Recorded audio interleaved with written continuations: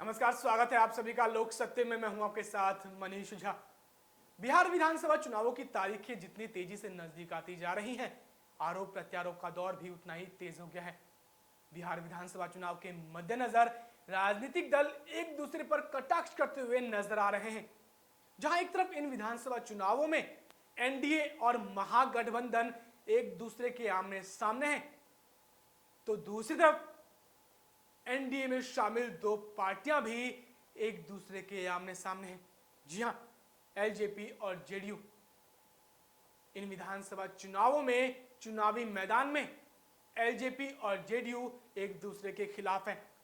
हम आपको बता दें कि बिहार विधानसभा चुनाव के मद्देनजर एलजेपी ने जेडीयू से नाता तोड़ लिया था और नाता तोड़ते हुए आरोप लगाया था कि नीतीश सरकार के कार्यकाल में बिहार में कोई भी विकास कार्य नहीं हुआ है।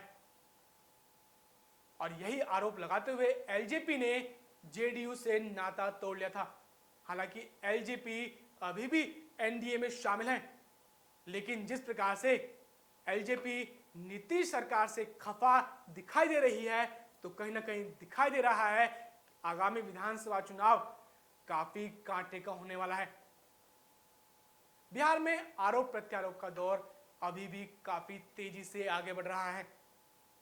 एलजेपी लगातार नीतीश सरकार पर हमला करती हुई दिखाई दे रही है और एक बार फिर एलजेपी सुप्रीमो चिराग पासवान ने नीतीश सरकार पर हमला किया है।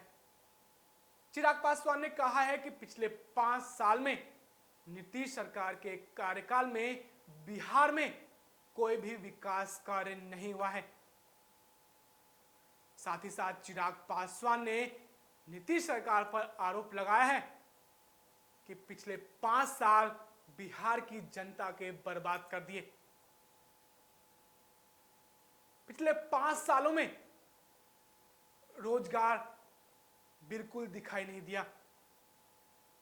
और साथ ही साथ चिराग पासवान ने जनता से अनुरोध किया है कि यदि जेडीयू पार्टी का कोई नेता, कोई विधायक या कोई मंत्री वोट मांगने के लिए आपके घर पर आता है, तो सबसे पहले उनसे यह पूछिए कि पिछले 5 साल में बिहार में क्या विकास कार्य हुआ है।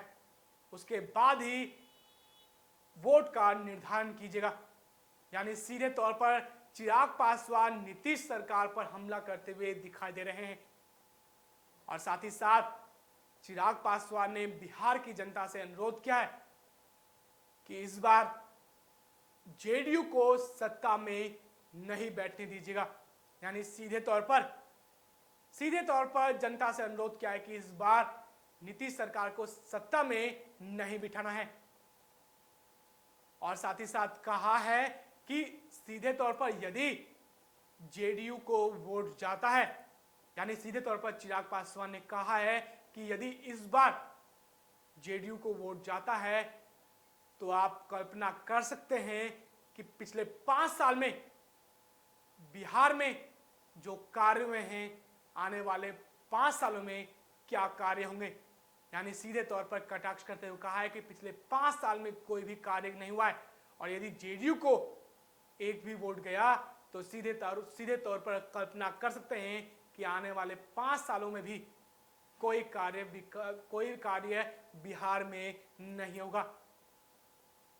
इसके साथ साथ चिराग पासवान ने जनता से यह भी कहा है कि जनता ने यदि एलजेपी को वोट दिया, तो एलजेपी सबसे पहले बिहार के लोगों को प्राथमिकता देगी। यानी एलजेपी यदि सत्ता में आई, तो सबसे पहले बिहार के लोगों को प्राथमिकता देगी और बिहार के लोगों के हित के बारे में सोचेगी। यानी सीधे तौर पर चिराग पासवान ने नीतीश सरकार पर जबरदस्त हमला किया है। हालांकि अभी तक नीतीश सरकार की तरफ से किसी भी मंत्री ने चिराग पासवान के इस बयान के खिलाफ कोई बयान नहीं दिया है, लेकिन सबको इंतजार है कि चिराग पासवान के इस बयान के बाद नीतीश कुमार क्या बयान देते हैं और किस तरह से इस बयान के मद्देनजर अपनी सफाई देते हैं।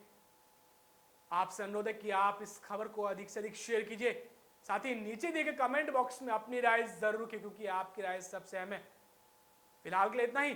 देश दुनिया की तमाम खबरों को जानने के लिए आप देखते रहिए लोक सत्य।